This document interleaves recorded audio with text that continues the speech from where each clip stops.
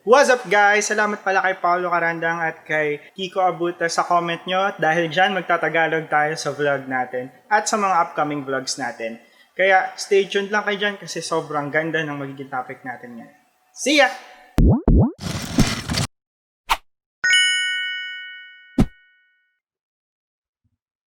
Wait lang. Bumaba bigla yung mic. Ayan! What's up everyone? Welcome back to another episode of Bologs. So yun po, no? Kita nyo naman po siguro sa thumbnail ang mangyayari dito. But before that, gusto ko lang po balikan yung post ko or yung pinost ko kanina kasi may nakita akong news about kay Doc Adam. Title ng video is Goodbye YouTube kasi binabash siya ng mga Pilipinong ignorante. At kinasuhan din siya ng kapwa-doktor niya na Pilipino dahil siniraan daw. Pero further research on it, kaya na mag-decide. Though, takeaway ko dito is the guy is helping ignorance or yung mga nabobobo na sa atin or yung wala talagang alam sa healthcare. Kasi ako, bobo rin ako sa healthcare. Promise, kaya nga hindi ko tinake yan na course eh. Pero salamat sa mga tao na nag-educate sa atin, either online, either kakilala natin, respect natin sila, binibigyan nila tayo ng tamang advice kung anong dapat natin gawin para maalagaan ang ating sarili. And sakit lang kasi expert yung tao and umabot sa point na ganito lang naman. So, proceed na tayo sa main agenda natin. Wait lang. Some technical stuff. Awit. So, today magre-review tayo ng mga photoshoot or bikini shoot ng Miss Universe. Naisip ko to kasi nung isang araw yata or kahapon, nagbabrowse ako. Nakita ko lang siya sa news feeds ko. And atingin lang ang ganyan. Unang picture. Tapos sunod na picture.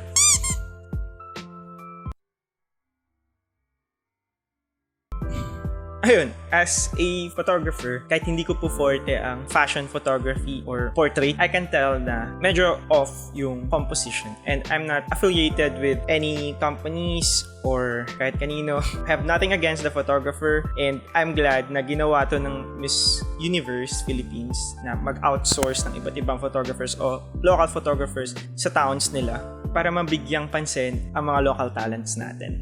Ayun, so ito, mga pictures na to is what's posted on their Facebook account. And siguro nagkaroon ng mga compression, photo compression and everything. Pero as photographers, isa sa mga dapat natin ginagawa mag-export tayo ng tamang specs kung saan man i-upload to. So, different export sa IG, different export sa Facebook, different export sa YouTube. Basta ma-maximize natin yung pixels and ma-maximize natin yung quality output na nakikita natin sa mga monitors natin sa bawat platforms. Nag-invite ako ng mga kaibigan kong photographers kasi hindi ko forte to and I think may experience sila tas magaganda yung mga nagawa nila, may experience sila with clients and kinukuha sila ng mga clients for this kind of shoots. Pero unfortunately, ni isa walang available. So, tayo lang dito. hindi ko pa nakikita kung sino yung photographer nito and kung sino man yung contact dito. No personal attacks to the photographers and to the crews. This is just to improve our outputs and para makilala ang mga Pilipino when it comes to fashion photography at hindi na tayo kukuha ng mga foreign photographers para sa mga ganitong events. A good way of boosting our photography industry and cultural arts and local talents in the Philippines. So yun, let's dive in and check our first review. Here we have our first photo. Sobrang stunning. Wala na siguro akong masasabi pa. It's a good shot. Tama yung pag-project ng pose. Maganda yung bokeh, and nice composition. Tas nice color grading as well. Ayan. So let's go with our next one. Dito, nung nakita ko to, bigla akong napatingin kung sino yung photographer sa una. Then sa pangalawa. Kasi sobrang kita mo yung difference ng output ng photographers. Nag-iba kaagad kasi yung sharpness nung first image natin, ayan, pati yung strobe niya or yung color grading niya, nag-iba bigla sa sumunod na shot. Though, alam naman natin na creative shots usually iba-iba.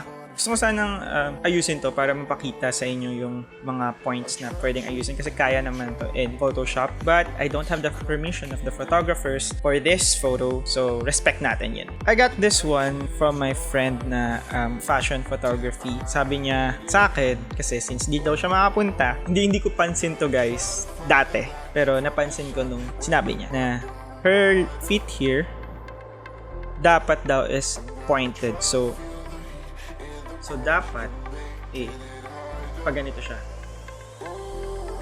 Pa-up, naka-up. Bale, dapat hindi siya flat dito.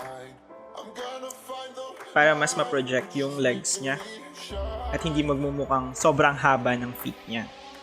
That's a good point. Composition-wise, not sure kung anong lens yung ginamit niya dito, pero hindi masyadong nag-pop out yung subject natin. Kasi yung sharpness niya, hindi ganun ka-sharp at yung background niya, hindi ganun ka-soft compared sa foreground. Siguro mataas yung aperture nito. With daylight like this, siguro he went for f8. So if you're going for that, kung gusto niyo yung background na nakikita niyo dyan, siguro lagyan natin ng strobe light na direct nag-hit dito sa kanya, sa mga highlights niya, para yung let's say yung abs niya dito, shadow to, tas highlight, mas highlight tong area na to. Yan, yung mga area na yan, mas highlighted, mas pop up yung subject natin, mas maganda ang results. Ayun, and I think this leaf is kind of disturbing. Personal preference ko, hindi to technicalities or what, pero personal preference ko is yung leaves either distracting siya or sana minove natin dito somewhere na konti lang itatama at hindi na-cover tong part na to. Kasi nagmukhang foreground din yung leaves kaysa sa subject mismo natin. And also, naalala ko lang na sinabi rin nung friend ko na photographer na her hair here should not be that blown out kasi medyo sabog daw. This can be fixed in post. Sana nalinis tong area na to para mas stunning yung kakalabasan ng photo. Hindi siya yung mukhang kinunan lang.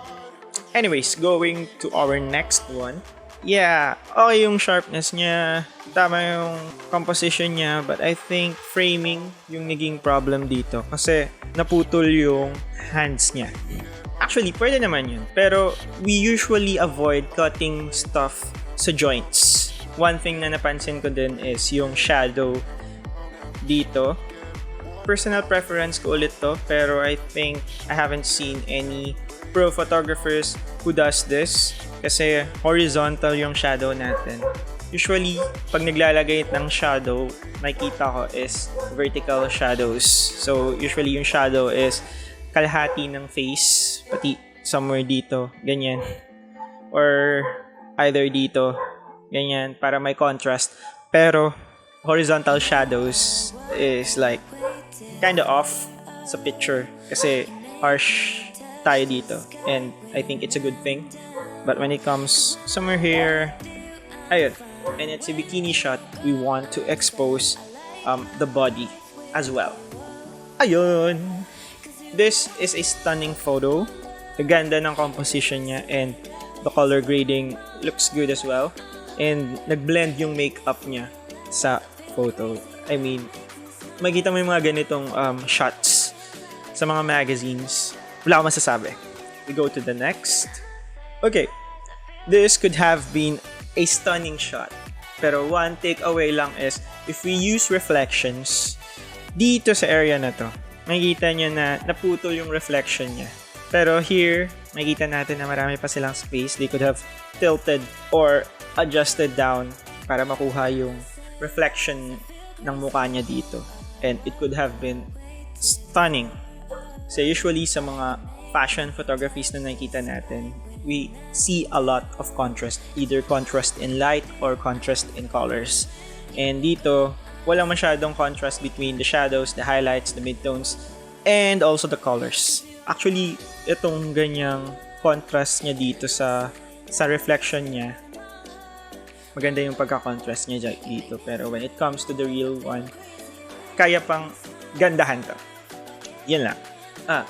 Ganito yung sinasabi ko. When you do reflections, kunin natin yung buong reflection nung subject natin instead of cutting. So, it's a nice photo. Yeah, I think walang binigay na guidelines kasi yung Miss Universe dito. So, they just went for their most creative shot, but I strongly suggest na siguro nagbigay sila ng guidelines like isang close-up, isang mid-shot, isang full body, or isang ganitong post, isang ganyang post. Siyempre, iba-iba yung angle na maganda yung subject mo, pero at least may guidelines na nakatayo, nakahiga. They should have a post-production guidelines as well kung ano yung color palette na gagamitin, stuffs like that. Marami pang technicalities dito. Yan, I think this is a good photo. Siguro mas maganda to if we have this kind of blue somewhere here instead of it just white. Yun lang. Anyways, good photo. Okay, this one. I think this is a great shot. Kasi ganitong shot yung mga sa fashion na nakikita mo sa mga calendar ng Tanduay. Medyo hindi nga lang ganun na project yung pose ng model. So what they did here is isang strobe light lang siguro to. Kasi we can see harsh shadows here. And you can see shadows behind her. I mean, yung mga harsh shadows na yan, like yung sa chin na area, usually effects yan ng isang strobe light. So I think this will be better if it's sunset or yung medyo orange pa yung sky kahit wala ng araw, kasi di ba may time na nawala na yung araw pero orange pa rin yung reflection ng sa sky. So it will be more stunning siguro kung ganun. Or you can do this in post. I think the shot is good. So to the next one, I think it's good. Photo itself is good.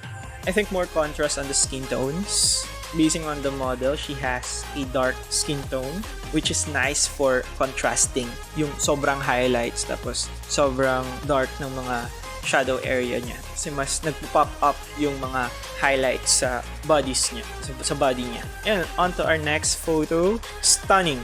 Absolutely stunning. Maganda yung pagkaka-color grade. Maganda yung composition. Maganda yung skin tones. Nag-blend siya sa background. Yeah, nothing else to say. It's a stunning photo. Siguro if I have my fashion photography friends here, kung natuloy sana yun, siguro may mga masasabi pa sila apart from what I see.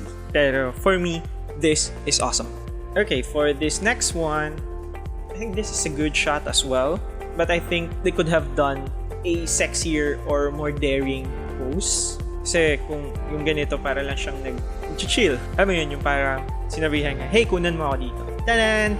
Instead of striking a Miss Universe Philippines style pose. Siguro, she could have gone to a pose na nakakross yung legs, tas nakaupo na lang siya dito sa upuan na to instead. Something like that, na ma-expose yung pagkahaba ng legs niya or yung other body feature niya. Instead of just focusing sa dito ang area lang. Pero color-wise, skin tone-wise, okay siya. It's just that could have been more stunning if they tried other posts. Siguro meron. Ito lang yung nagustuhan siguro ng client. Pinasa. Kasi minsan, yung mga hired photographers, pag may suggested kami, use this photo, ganyan-ganyan, ayaw ng client. Gusto nila, yung gusto nila. E di sige, sa inyo na. And here we have another one. Okay, first things first, she has a white tile or platform na inupuan niya dito. I think it's a tile ng pool. And you can see that she has reflection and medyo nag-overlaps yung reflection niya dito. And I think there's nothing we can do about that. Angling na lang siguro ng camera. Also, the whiting has become overblown na hindi na napansin yung reflection niya. And also, yung reflection niya naputol. Yan, wala ng ulo. Composition-wise, siguro, they could have layered this line in the middle. Mga ditong area. That pala din-download ko yung mga pictures na to para nasusulatan ko. Anyways, focus lang tayo sa mouse natin. Ayan. Awit!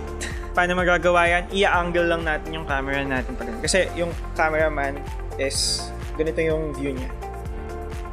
So what we can do, anggalan natin ng konting pababa ng ganyan para mag-level lang yung white na to dito. And by doing that, magbibigyan natin ng space pati yung ilalim.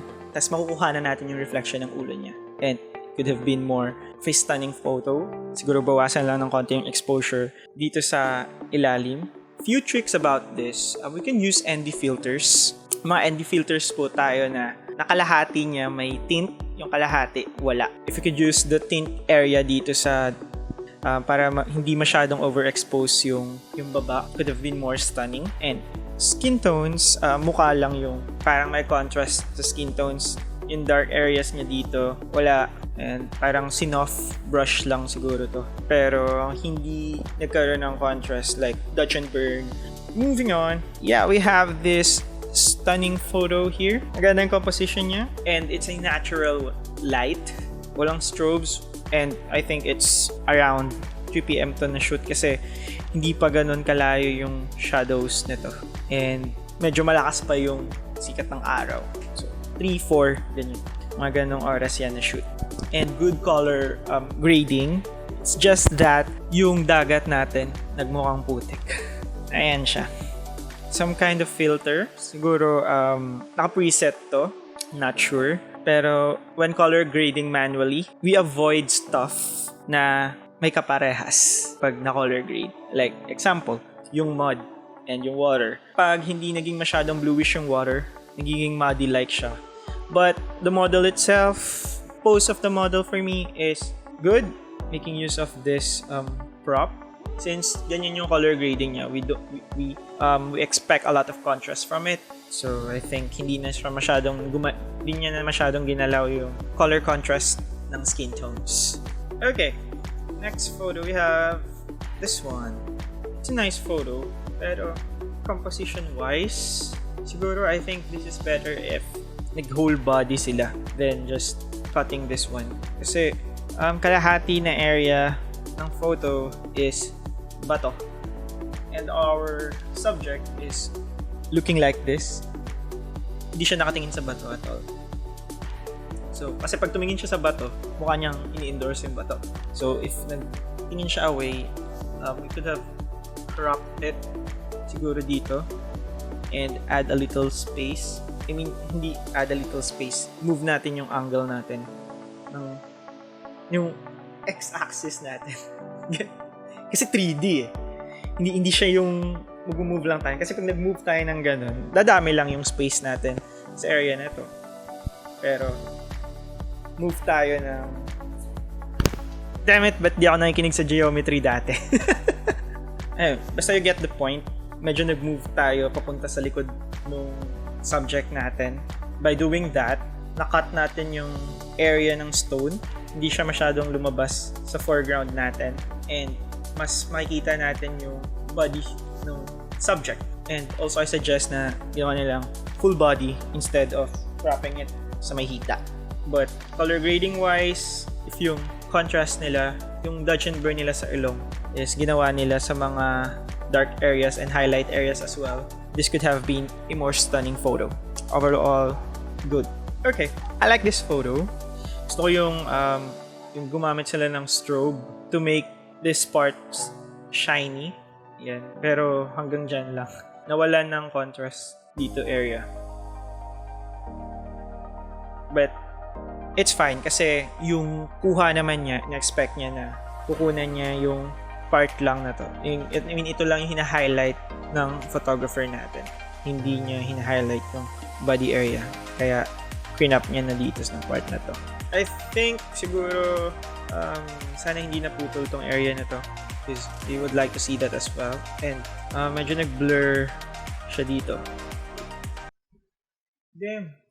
Overheat na yung camera ko. Well, Canon problems. Hi! So we just came back from our short break. Tinutukan ko na ng electric fan tong camera para hindi mag-overheat. Yeah, it's a problem of Canon that they need to resolve. But Canon boy pa rin ako. I just love everything about the Canon. Anyways, going back, I think this photo is good. It just so happened na na-crop yung elbows niya, yung joints. Yun, na-crop yung joints niya. Color grading wise, na masyadong color grading, they went for more natural look, and it is good. Yeah, going for our next one. Wow, sayang. Yung una ko masasabi is sayang yung photo. Why? Oh why? Oh why? Because the shadows is all over her. I mean, few shadows can be good, pero ganito ka-harsh na shadow, yan, nakikita niya sa face niya, yung area na yan. I think it's a major setback. Of course, we want to have high contrast on the highlights and shadows of face, the features of her necks areas, and her cuts, yan, and cleavage area, and ever, kung may abs, yeah. But what happened here is na-cover ng shadow ng puno yung most important parts niya. Yan, can you see this one? From her elbow going here. Di ba ang ganda ng kuha? Kasi there is a lot of sunlight in this area. The thing is, yung shadow ng puno, since malakas yung sunlight, nawala yung face. Nawala yung contrast sa face. Kaya, hindi ganun kalakas yung impact. But this could have been a better photo if naayos nila yun. They can also use, if not strobe, reflector. Pinakamagandang gawin na lang dito is tinanggal nila. May pinahawak or tinali nila yung part na nagko-cover na yun, tapos minove nila yung leaves pa ganun para lang magkaroon ng konting sunlight yung subject natin. Or other thing is they could have waited for the sunset, kung saan nagsiset yung araw. Kasi pag yung araw is golden hour na, di na ganun ka-harsh yung shadows and hindi siya directly coming sa puno kasi mag-iba yung angle ng shadow ng puno, so hindi matatamaan subject natin. Either anything of that, kung nagawa yun, perfecto.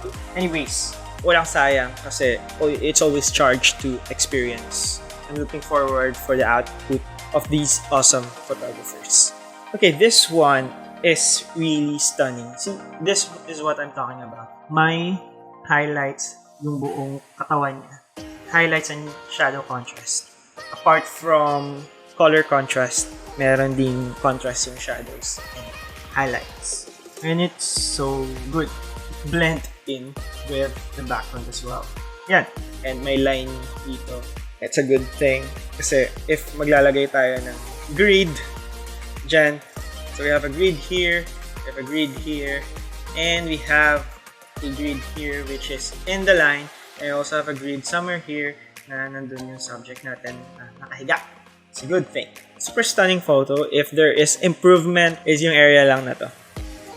But overall, it is a good shot. Going to our next photo. Ayun, I think masyadong maraming blacks sa photo na to.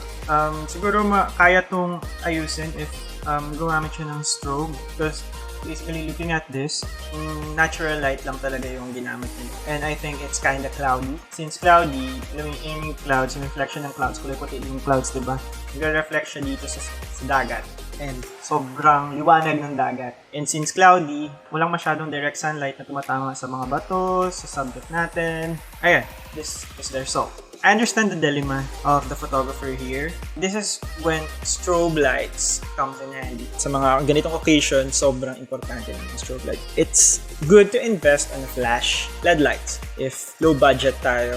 Siguro if could have done that and went for a different angle, siguro pinabaan niya or iniba rin yung pose ng model, it could have been more stunning. So this one kind of looks awesome. I like this one. Simple but awesome. Nothing else. Has a good contrast in the body, also in the face. Yung shadows and highlights niya. Maganda yung pagka-contrast. You have contrast also in the legs area. Yan. And also have a stunning pose. It's awesome. Yan. And we have this photo here. First thing that caught my attention is the highlights. When you're shooting outdoors, we make sure that most of our highlighted areas are in the subject. Kasi dito, makikita nyo, yung highlighted areas is nandito sa area natin. Diyan kagad pumunta yung mata natin. Though blur yung background natin, but the highlight is here. Dito yung maliwanag na area. Nandyan. Foreground natin is purely made of shadows. And since more of a shadow siya, wala masyadong contrast when it comes to highlights and shadows. Pag konti yung light source natin sa subject natin, we also have a little space to move for our color grading. So, wala rin siyang color contrast. And also, na-crop yung dito. Sobrang importante ng strobe pag mga harsh lights yung environment natin. Kasi, yun yung way natin para mapop yung subject natin sa photo. This one, it's a stunning photo as well. Only thing na nakita kong mali dito is yung cropping sa tuhod. Like I said a while ago, we avoid cropping in the knees. Siguro, kung crop nila somewhere below the knee. Siguro mga, let's say, 3 inches after the knee. Kasi pag na-crop yung knee, mukha siyang putol, mukha maliit. the color grading that they've used, you can see the bluish something here. Could have spread it sa water. Siguro dahil ito masyado dito kaya nag-blue siya, pero sobra sigurong blown out nito. Inayos lang sa post kaya siya white lang. Yeah, same thing if may strobe ka, and I think they do. Kaya may highlights tayo dito sa area na to. Binabaan nila yung exposure nila na mag-base sa background, tapos let the shadows be the shadows and compensate with the highlights of the background. Para mag-blue lang siya and it'll be more stunning. But I think this photo is good. It has a good elements. It has a good composition as well. It has a striking pose, and it's awesome. For our next one, we have here a good photo. They made use of the strobe light, like I was saying in my previous reviews. Na since my strobe light sila, they were able to make the most out of the highlights and shadow contrast of the subject. So makita nyo naman dyan na may highlights and shadows niya is malakas ang contrast. Downside of this one is since you're using a strobe na maraming abubot sa foreground, exposed din yung mga abubots na yan. And color grading wise, wala silang masyadong ginalaw sa background, more on the subject, and I think it's a good one, but it could have been better if yung foreground stuff, yung mga nangyayari sa foreground natin, okay naman yung shot niya. One thing, may space dito. I mean, it's okay sana if they also have the leaves on these spaces, pero walang leaves dito. Nandito lahat ng leaves na punta. If clean up nila hanggang sa puno dito, para wala na tong space na to sa likod, and all our attention would be on the subject na nasa rule of thirds. Okay, next one. I think I like this photos. Highlights and contrast of the subject is good. Next, my photographer friend nag-message siya sa akin. Her post is not that striking. Parang walang ganap sa area na to. And sa may belly going down, ganun. Tapos hindi na-cover yung face niya dito. I mean, it's a natural pose to do this, pero masyadong covered. You can like this or hiningala. Oh yeah, hiningala. And we have a gray background. Mukha siyang semento. I think to fix this one, she has a blue bikini as well. Siguro we go for a teal background look. So this one, it's just like an ordinary photo yung mga kuha sa party, ganun. It's nothing stunning, and the pose is kind of awkward. Also, the background, masyado malapit yung subject natin sa background. That's why the background is not that blurry. Parang foreground na rin yung background niya. Color grading wise, wala rin masyadong color grading on this. I think in-adjust lang yung skin tone to be a bit whiter, and wala rin contrast skin tone. Wala rin contrast sa colors because wala rin masyadong ginawang color grading. So, this is the result. We know the pool are always have two sides. If they bring the model at the front side of the pool, siguro na-blur nila ng konti yung background and nag-pop yung subject natin. And of course, strike the post and color grading. So, I think it's better if they use a strobe for this one. Basta yung naka-pop up yung subject natin, everything's cool. Okay, so this one, if the model is like walking towards you, you should shoot them full body. Kasi tulad nito, sobrang walang effect nung shot if di natin makita yung movement niya, like movement na papunta sa'yo. Kasi na-crop yung feet. So, I'm thinking na pinalakad nila yung subject nila going to them, then shoot, but na-crop yung feet. Color grading wise, sa skin tone, okay siya. And also, yung model, masyadong front view. And the thing is, kasi pag nandito yung light ko, I have this shadow here, I have this triangle highlight here, and we often see them in Hollywood. I forgot what's that called. Basta, triangle highlight somewhere dito sa cheek. And ginagawa yun if directly ako nakatingin sa camera. Yung trick dito, since naka-front face siya, tapos yung strobe light directly sa kanya, yung shadow is dito lang mapupunta and dito lang sa may leg pupunta. If mag-strike siya ng pose, let's say, so makikita nyo may shadow ako dito, it brings out more contrast sa photo, or sa face rather. Proceed tayo. Yun! Nice photo. Wala akong masabi dito. Awesome siya. We have a proper lighting of strobes here. I think this is either part of post kasi yung mga lens flare, unless malapit yung light natin, doon lang siya nagpo-produce ng ganitong lens flare. Since nandito yung strobe nila, and I think they have a fill-in light here, kaya yung shadow niya dito, as you can see here, harsh yung shadow niya, then it went light kasi may fill-in light sila dito and the main strobe in this area. So it made a stunning photo. We have this kind of effect. As you can see, yung legs niya nag-highlight ng ganyan. Kita niyo yung highlight na yan. Yeah, you always go for that one. Yan, may highlight siya dito. And yung cleavage niya, may burn. So, it's good. Yan, burn yung dito niya. Yung, tawag yun, neck hanger. Tama ba? Sawsawan ng suka, tawag ko dyan. I mean, yung sawsawan ng suka niya, mas depth. Good job. Okay, for this one, as you can see in this photo, mahazy yung photo natin. Why? It's because trinay ng photographer i-compensate yung exposure ng subject natin even having a blown out background. So what could have been done? I think this is also cloudy since wala masyadong harsh lights coming from the sun. And as you can see, same effect what happens to the bodies of water. Sobrang liwanag niya kasi nagre-reflect yung clouds sa background and which also made the background looks hazy. So tip lang dito siguro. Binaba niya yung exposure niya. Then strobe lights again. So if you have a strobe lights here, mas nag-pop up yung subject natin, same as the previous one, ganyan. And the background, since mababa yung exposure mo, hindi ka mag-worry na magda-darken yung subject mo since you have a strobe light and mawawala yung ganitong hazy stuff sa background natin. And since you have a strobe light, kahit isang strobe light lang, kahit wala kang fill-in light, magkakaroon ng highlights and shadows, contrast sa photo. Since you have those elements, magagawan mo na rin siya ng color contrast by color grading. And the post, for me, could have been more of a relaxed photo. Anyways, for this one, she has a dark skin tone and kaya it's good for the model to have a dark skin tone kasi maganda yung contrast ng skin tone pag naturally dark ka compared if light skin tone ka, wala masyadong ida-dark kasi pag ida-dark, nagmumukha siyang pangit. Yun na lang.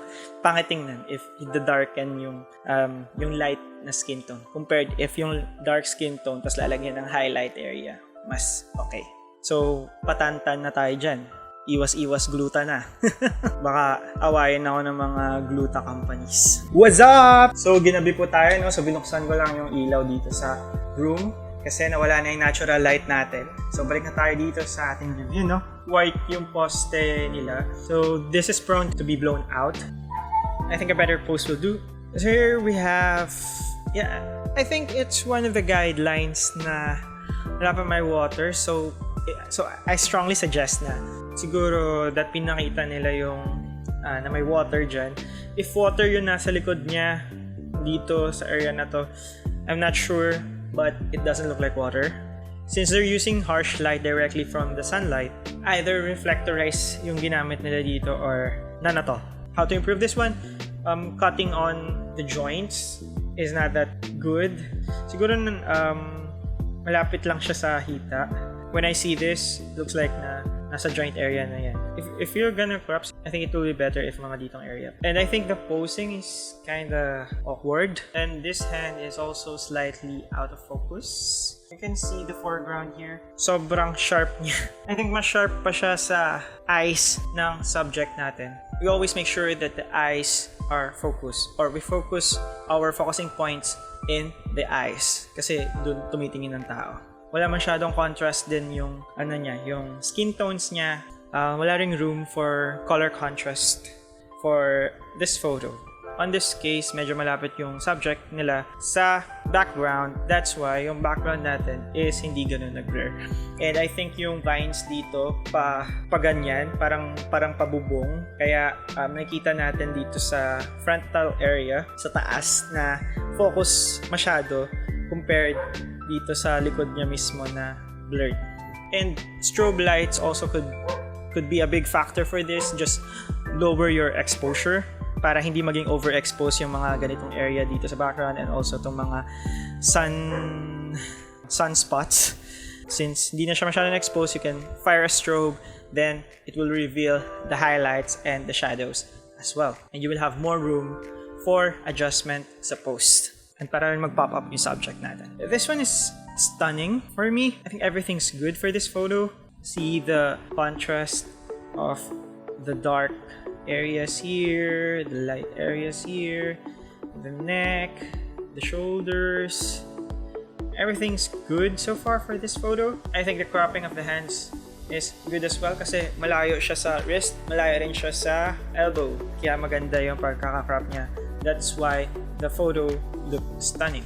For this one, this could have been a good photo since dark skin ulit ang model natin. But I think they didn't use any strobe lights. And this, kaya hindi ulit lumabas yung highlights and yung shadows natin sa skin tone ng model. And as you can see here, sobrang plain ng area na to.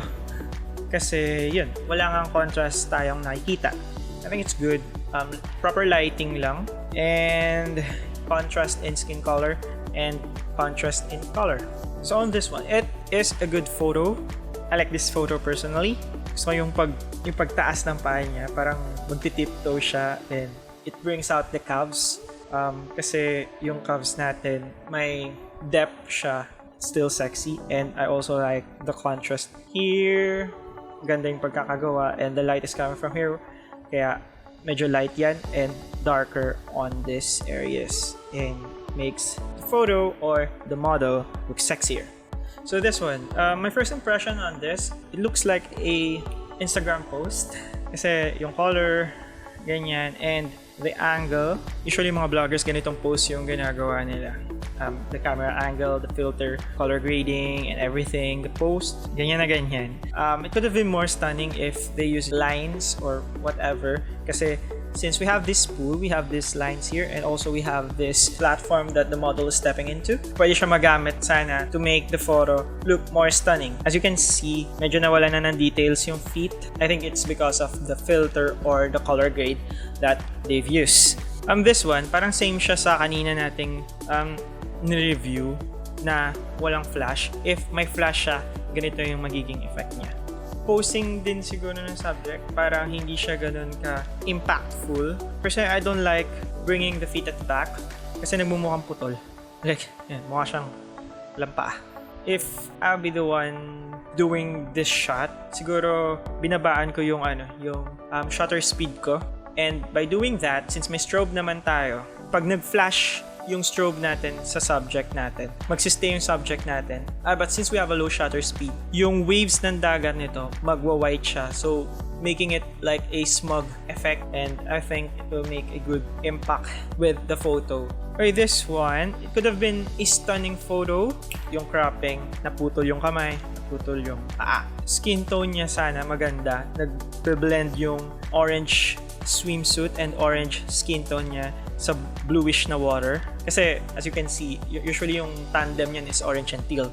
But this is like red-orange and this is like a darker teal. Tapos gray lang yung stones and yung hinihigaan niya. So it's making a good contrast. But yun lang, naputol lang talaga yung shot na to. Okay, next one. Wow! So as you can see, dinarken nila yung background dito. And sobrang nag-pop up yung subject natin. And look at those skin tones. Yung highlight niya dito, yan o, highlight na highlight. And shadowed niya yung gilid. And same goes dito sa area. Highlight tong area, highlight to, then dark yung sa may parang depth na area dito. And sobrang stunning ng kinalabasan na photo.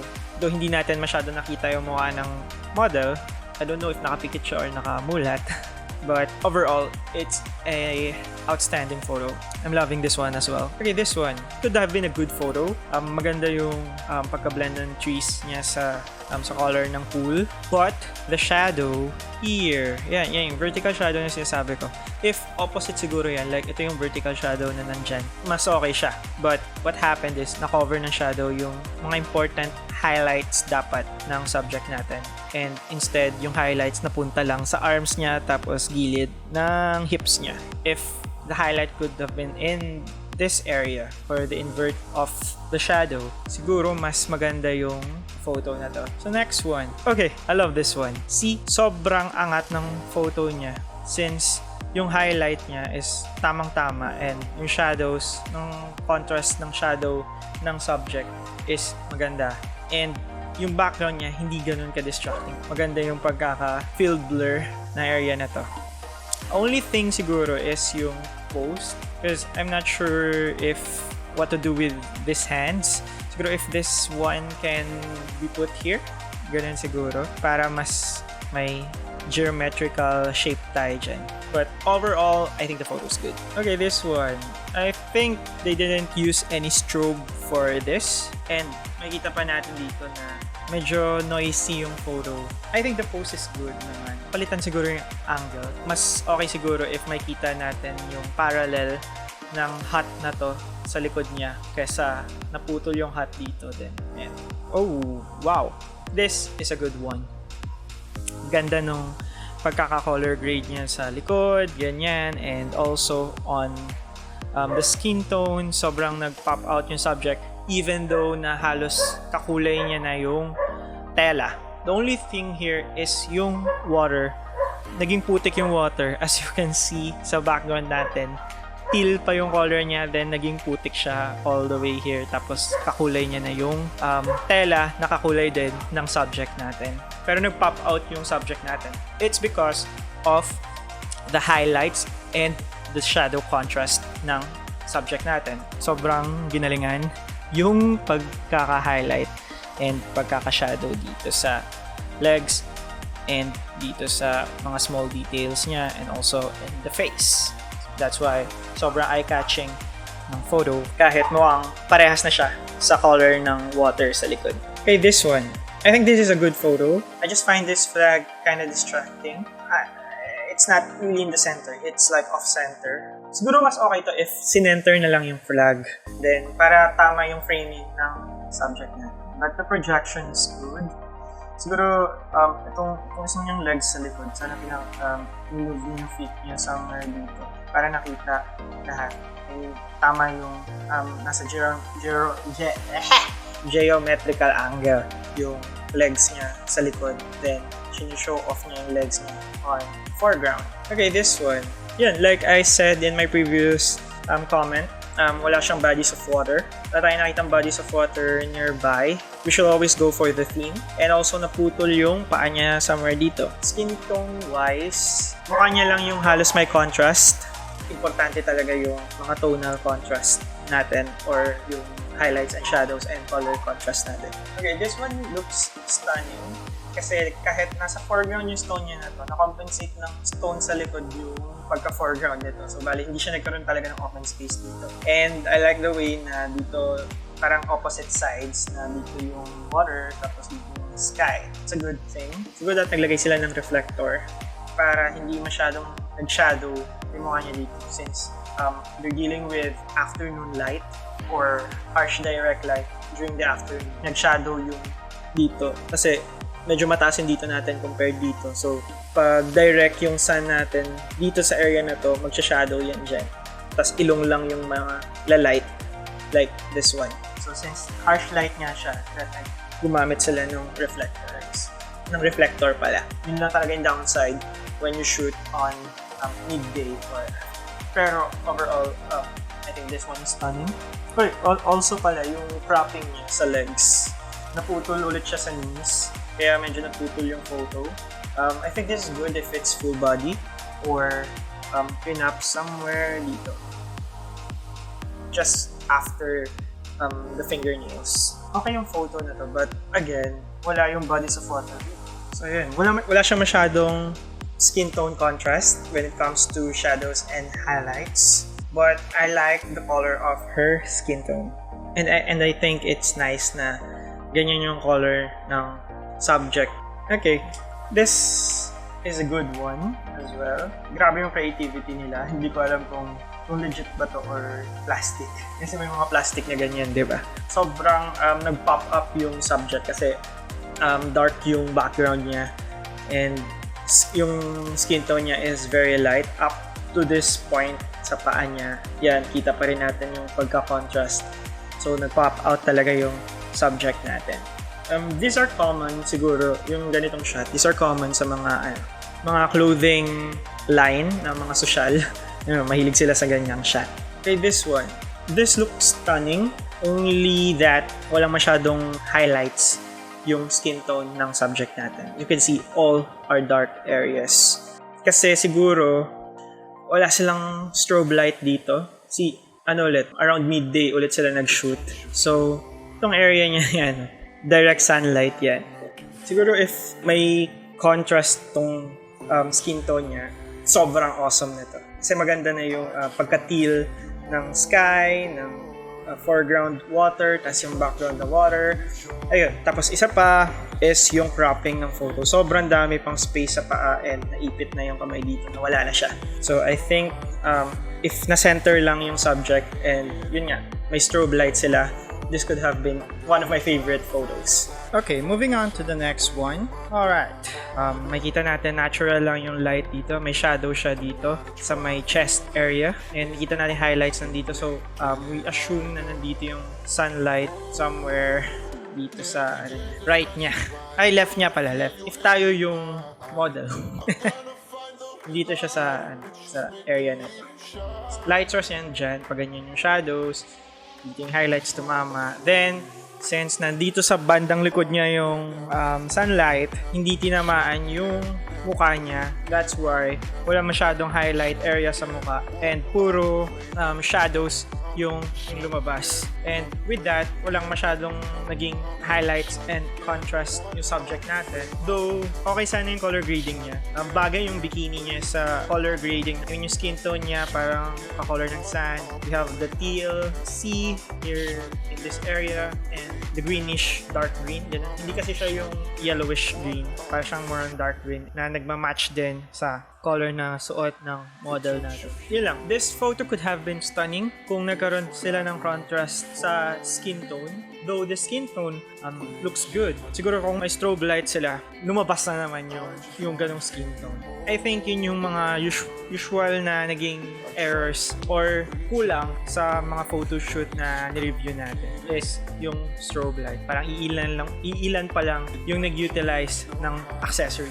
Ito, hindi ko talaga forte yung posing ng mga nakaluhod. Kasi never ako napasama sa isang shoot na nakaluhod sa sand or usually nakatayo, nakaupo, nakahiga. Pero yung nakaluhod na pose is like really out of my forte. But overall pose, siguro, impactful naman siya. I like the projection of the model here. Okay, ito nung nakita ko siya sa thumbnail, nagandaan ako sa kanya. Pero seeing the full version of this one, medyo marami pang kailangan ayusin. For example, okay naman yung subject natin but more on the environment kasi we can see a lot of noise and the shadows. Siguro dahil nag-bump sila ng ISO dito or siguro gusto nilang makita yung background sa monitor nila. But personally, my tip when shooting in low light is to let the shadows be shadows. It means that kung nakikita mo na dark yun, hayaan mo ng dark yan.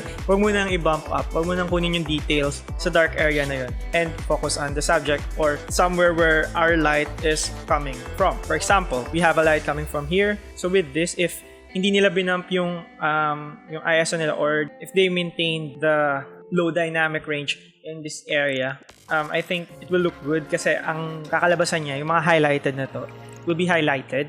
Pero yung mga dark areas like itong mga part na to is completely dark and I think it's a good thing kasi stones yan eh.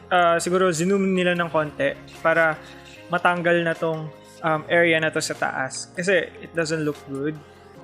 Makikita natin yung gate. Nagmukha siyang kanal dahil sa gate na to. And yung mga talahiban or anong tawag sa mga yung mga binubunot sa kalsada na grass. Ayun, kita siya dito. Subukan natin i-crop yung photo. Yeah, I think it will be good if zoom nila, pero whole body pa rin. And I believe nandito yung light source nila somewhere dito, kaya sobrang liwanag ng stone na to. If the shot was made na crop, they could set up the light somewhere here. And since naka-zoom siya, mas makikita natin yung details. I think siguro kaya din nila ginawa yung ganito. It's para makita yung water somewhere dyan. Yun na ba? Yun na yung last. Okay. So yun lang pala lahat guys, no? Akala ko matatagalan pa yung video natin. But I think we've covered all of them. And for the photographers, I'm always looking forward for improvement in every one of us. I'm not saying that I'm perfect. You can check out my IG at Giuliano Paolo. I'll just give you the link in the description below because I always believe that lahat tayo may room for improvement and lahat tayo pwede mag-learn ng mga bagong set ng skill. Like me personally, never pa ako nag-shoot ng fashion photography. Some of these people, siguro first time lang din nila. So these are the key takeaways that came from my colleagues as well. And in-empower ko talaga yung mga local photographers. Alam ko, sobrang dami dyan na may talent pero takot sila mag-lip kasi takot sila ma-criticize or takot sila sa mga ibang aspects na baka nag-photography sila ganyan, magagalit. Laging may away sa client, ganun. But don't worry, kaya mataas ang charge ng professional photographer kasi lahat yon built sa experience. And yung mga ganitong stuff na mistakes natin dati, di naman tayo hahabulin ito forever. Why? Kasi mag-improve at mag-improve tayo. Unless you stop improving, then you should stop this. Ako personally, I wanted to shoot fashion photography, but I don't have a good mentor na pwedeng gumabay sa akin dito. Kasi usually mga photographers na kilala ko is wala dito sa Manila. Lahat sila nakascattered sa mga provinces. And of course, learning fashion photography in school will be costly. And I don't have that budget, kaya power bank lang yung gamit kong lighting ngayon. But if you are a new model and you're looking for a photographer for your portfolio, I can render my services for free. Just message me either in Instagram or in Facebook. Everything is in my link below and it notifies me. So, masasagot ko kagad kayo. And don't expect a greater output from me when it comes to fashion photography or yung mga modeling na photography because like I said, di ko pa master yan. Di lang ako sanay because comparing yung mga Miss Universe na photos from the previous photographers or from the previous photographers of the pageant. Ngayon, nakita ko yung difference ng mga outputs. That's why, tas nakita ko na iba-iba yung photographers. So, we need to stay creative in a way na sobrang ganda pa rin nakakalabasan ng outputs natin. So, if you like this video, give me a thumbs up. And don't forget to subscribe in my channel and also hit that like button so you'll be updated on my next videos. Kung anumang trip ko sa buhay, nakasubaybay kayo. And with that, see you guys in the next video. Bye!